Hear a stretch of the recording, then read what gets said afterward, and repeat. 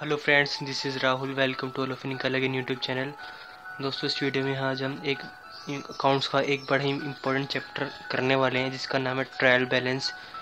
दोस्तों, इसमें क्या होता है, मैं आपको एक ट्रिक्स देने वाला हूं जिससे आप ट्रायल बैलेंस का अकाउंट सॉल्व कर सकते हैं। तो आप मेरी इन चीज़ों पे ध्यान रखना। Assets and expenses, then liabilities, capital and income. दोस्तों, आपने क्या करना है, जो भी एसेट्स और एक्सपेंसेस होंगे उसे हम डेबिट साइड में लिखेंगे ट्रायल बैलेंस की, और जो हमारी लायबिलिटी, कैपिटल एंड इनकम होगी उसको हम क्रेडिट साइड पे लिखेंगे। दोस्तों, इससे आपका ट्रायल बैलेंस का आंसर दोनों साइड इक्वल आएगा। दोस्तों, एक चीज़ मैं आपको और बताना चाहूँगा, जो हमारी परचेज है और परचेज रिटर्न है, सेल है और सेल रिटर्न है। सेल को क्या बोलते हैं, इसे हम रिटर्न आउटवर्ड भी बोल सकते हैं और सेल रिटर्न को हम इनवर्ड भी बोलते हैं। ठीक है फ्रेंड्स। दोस्तों, आपने करना क्या है, जो हमारी परचेज है वो हमारी बिजनेस के अंदर आई है, रॉ मटेरियल हमने परचेज करा है, तो हमारे बिजनेस के अंदर हमारी कैपिटल एसेट्स को बढ़ाएगा, तो हम इस परचेज को डेबिट साइड में लिखेंगे। इस परचेज रिटर्न को हम क्रेडिट साइड में लिखेंगे। हमारे बिजनेस से परचेज जो हमने रॉ मटेरियल परचेज करा था वो चला गया है, तो हम उसे क्रेडिट साइड लिखेंगे।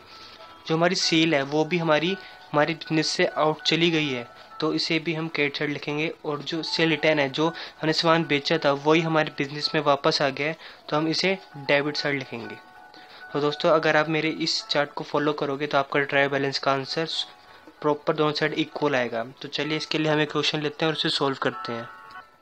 सो दोस्तों, ये हमने ट्रायल बैलेंस का क्वेश्चन यहाँ पे नोट कर लिया है। हमने इसी फॉर्मेट के अकॉर्डिंग ही हम ये सम करेंगे। जैसे opening stock 20,000, purchase 85,000, purchase return 5,000, cell return, rent, salary, advertisement, commission receive, discount, credit, furniture, machinery, director creditor, bill receivable, bill payable, cash in hand, bank overdraft, interest on bank overdraft, capital and drawing. तो दोस्तों, ये हमारा trial balance का question है, इसे हम solve करते हैं नेक्स्ट पेज पे। तो चलिए दोस्तों, हम यहाँ पे अपना सॉल्यूशंस करते हैं। सबसे पहले हम लिख लेते हैं हम ट्रायल बैलेंस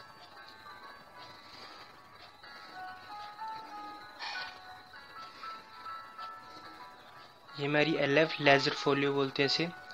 ये हमारा डेबिट बैलेंस आ जाएगा हमारा यहाँ, और ये हमारा क्रेडिट बैलेंस। हमें ट्रायल बैलेंस में दोनों साइड इक्वल रखनी पड़ती हैं, और ये हमारा नेम ऑफ अकाउंट्स। ठीक है फ्रेंड्स। सो हम अपना क्वेश्चन देख लेते हैं। सबसे पहले हमारे पास क्या था, ओपनिंग स्टॉक। ओपनिंग स्टॉक यानी कि इसे हम परचेज भी बोल सकते हैं। ओपनिंग स्टॉक हमारी एक एसेट है, जो हमारे पास स्टॉक है, रॉ मटेरियल, ये हमारी एसेट्स हैं, तो इसे हम डेबिट साइड में लिखेंगे। तो हम यहाँ लिखते हैं अपना ओपनिंग स्टॉक 20,000। देन यहाँ पे है परचेज 85,000। मैंने आपको कहा था परचेज डेबिट साइड में लिखनी है, ये बिजनेस के अंदर हमारा रॉ मटेरियल आया है। So purchase 85,000। Then purchase return, मैंने आपको यहाँ बताया था परचेज रिटर्न क्रेडिट हो जाएगी, हमारे बिजनेस से आउटवर्ड है।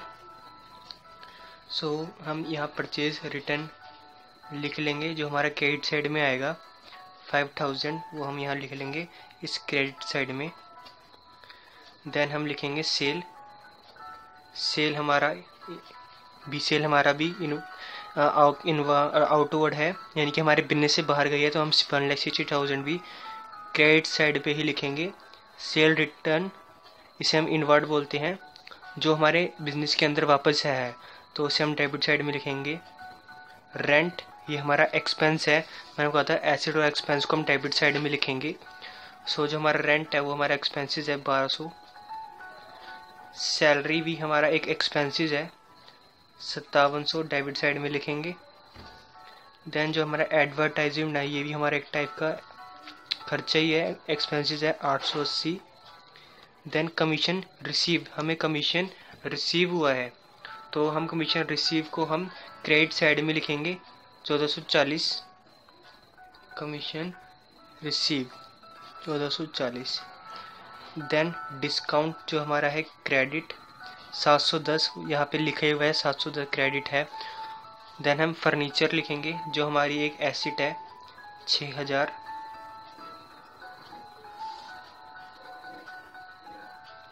देन हम लिखेंगे मशीनरी जो हमारी एसेट है 62,000। देन डेटर्स, ये हमारे एसेट्स है। देन क्रेडिटर्स, ये हमारे क्रेडिट साइड में आएगी। क्रेडिटर्स है हमारी लाइबिलिटी है हमें, तो 12,750। Then bill receivable and bill payable, bill receivable हमारी एसेट है 4600। देन बिल पेएबल हमारी लाइबिलिटी है 2500। कैश इन हैंड हमारी ये एसेट है 5220, यहाँ पे आएगी। देन बैंक ओवरड्राफ्ट, हमने बैंक से ज़्यादा पैसे निकाल लिया है तो हमारी लाइबिलिटी है, उसको बैंक को वापस करना, सो 10,000 हम यहाँ पे लिख देंगे। जो इंटरेस्ट ऑन बैंक ओवरड्राफ्ट है ये इसका अपोजिट होएगा, डेबिट साइड में आएगा, हमारा एक्सपेंसेस हो जाएगा, तो ये 1800 हम यहाँ पे लिखेंगे। देन जो हमारी कैपिटल है मैंने आपको बताया ही है, लाइबिलिटी कैपिटल एंड इनकम हम क्रेडिट साइड में नोट करेंगे। सो हमें यहाँ पे कैपिटल गिवन है 50,000, हम क्रेडिट साइड में लिखेंगे। देन लास्ट क्या है ड्राइंग जो 7,800, ये हमारा एक्सपेंसेस है एक टाइप का, जो हमने बिजनेस से पैसे निकाल लिए हैं तो ये हमारा एक्सपेंसेस हो जाएगा।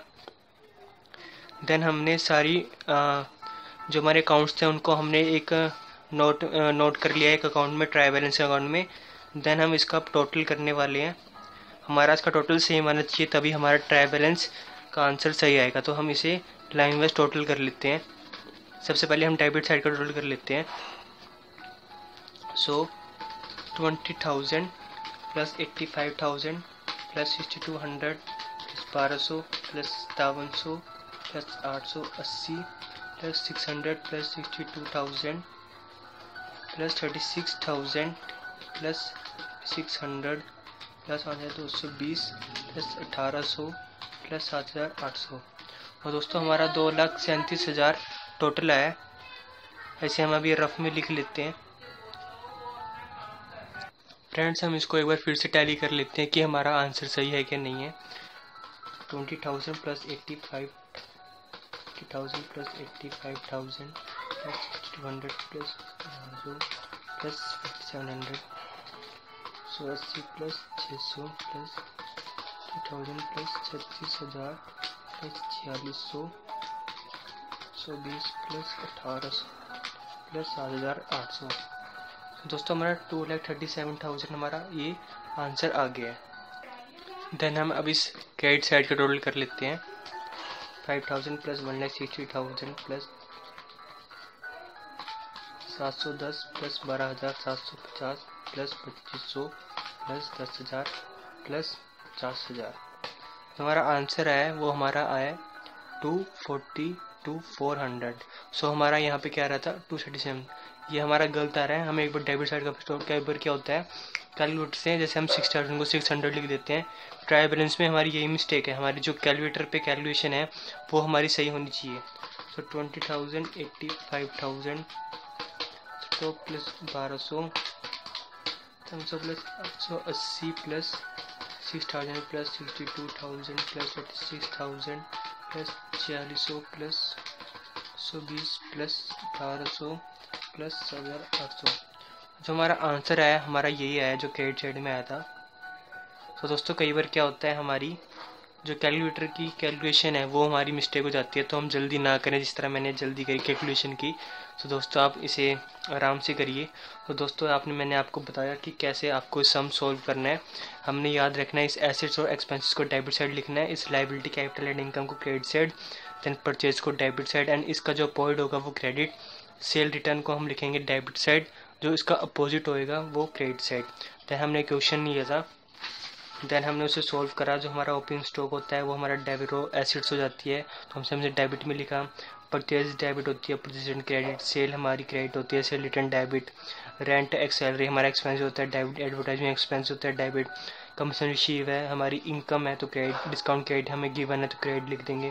फर्नीचर हमारी एसेट है, मशीनरी एसेट है, डेटर्स एसेट है, क्रेडिटर हमारी लाइबिलिटी है, बिल रिसीवेबल हमारी एसेट है, बिल पेबल हमारी लाइबिलिटी है, कैश इन एसेट है, बैंक ओवरड्राफ्ट हमारी लाइबिलिटी है, इंटरेस्ट टू बैंक नो इसका अपोजिट है यानी कि हमारे एक्सपेंस हो गया, कैपिटल तो हमारी क्रेडिट होती है, ड्राइंग हमारा डेबिट होता है जो हमारा एक्सपेंसिस होता है। So thank you so much friends, ये हमारा था trial balance. I hope you like my video. So if you like my video, please like, share, comment and don't forget to subscribe my channel. So thank you so much friends.